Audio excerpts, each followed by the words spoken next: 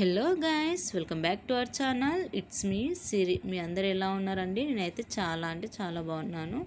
ఇవాళ వీడియో వచ్చేసి పాలకూర ఫ్రై అండి. పాలకూర అనేది పాలకూరలో ఐరన్ చాలా ఎక్కువగా ఉంటుంది. మన హెల్త్ కూడా చాలా మంచిది. ఇంకెందుకు ఆలస్యం, ప్రాసెస్లోకి అయితే వెళ్ళిపోతున్నాను. ముందుగా స్టవ్ వెలిగించుకొని కళాయి పెట్టుకోండి.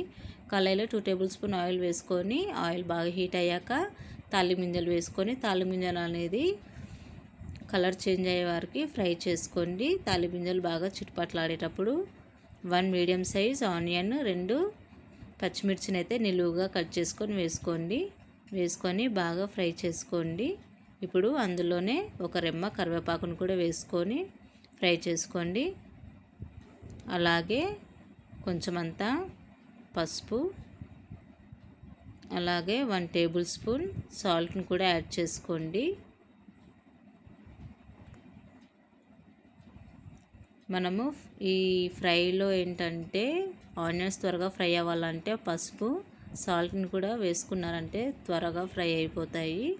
ఇప్పుడు చూస్తున్నారు కదా, ముందుగా కడిగి కట్ చేసి పెట్టుకున్న పాలకూర అండి. చాలా అంటే చాలా సన్నగా, మీ వీలైనంత సన్నగా అయితే కట్ చేసుకుంటే పాలకూర తొందరగా మగ్గిపోతుంది.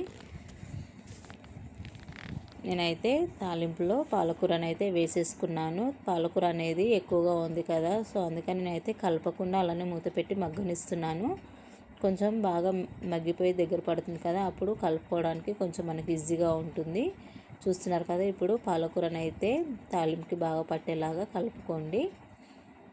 ఈ విధంగా కలుపుకొని మూత అయితే పెట్టేసుకొని బాగా మగ్గనిద్దామండి. హై ఫ్లేమ్లో కాకుండా లో ఫ్లేమ్లో పెట్టుకొని బాగా ఫ్రై చేసుకోండి. చూస్తున్నారు కదా, పాలకూరలో నుంచి వాటర్ అయితే రిలీజ్ అవుతుంది. వాటర్ అనేది ఇంకిపోయే వరకు అయితే మనము ఫ్రై చేసుకోవాలి. అది మగ్గేలోపు మనము ముందుగా 5 నుంచి 10 ఎల్లిపాయలు అయితే తీసుకొని స్మాష్ చేసుకోండి.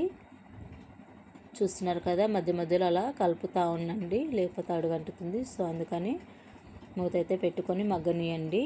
ఇప్పుడైతే వాటర్ కూడా మొత్తము ఇంకిపోయాయి కదా, ఫ్రైలో ఏ వాటర్ లేకుండా ఉన్నప్పుడు మనము స్పైసీకి సరిపడా కారాన్ని అయితే యాడ్ చేసుకోండి.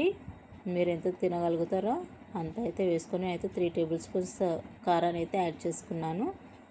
మీ స్పైసీకి సరిపడా మీరైతే యాడ్ చేసుకోండి. కారం పచ్చివాసన పోవడానికి నేనైతే కొద్దిసేపు మూత పెట్టాను. అలాగే అందులోనే మనం ముందుగా దంచి పెట్టుకున్న ఎల్లిపాయను కూడా వేసుకొని బాగా కలిపేసి మళ్ళీ ఒకసారి మూత పెట్టుకోండి. ఒక 2 to 3 మినిట్స్ పెట్టుకొని ఎల్లిపాయ ఫ్లేవర్ కూడా బాగా ఫ్రై పట్టేలాగా మూత అయితే పెట్టేసుకోండి. చూస్తున్నారు కదా, చాలా అంటే చాలా టేస్టీగా ఉంటుంది. చాలా ఈజీ రెసిపీ అండి. పిల్లలు కూడా చాలా ఇష్టంగా తింటారు. ఫ్రై మన హెల్త్ కూడా చాలా మంచిది. ఈ వీడియో కనుక మీకు నచ్చినట్లయితే లైక్ చేయండి, సబ్స్క్రైబ్ చేసుకోండి, పక్కనే ఉన్న బెల్ ఐకాన్ని క్లిక్ చేయండి.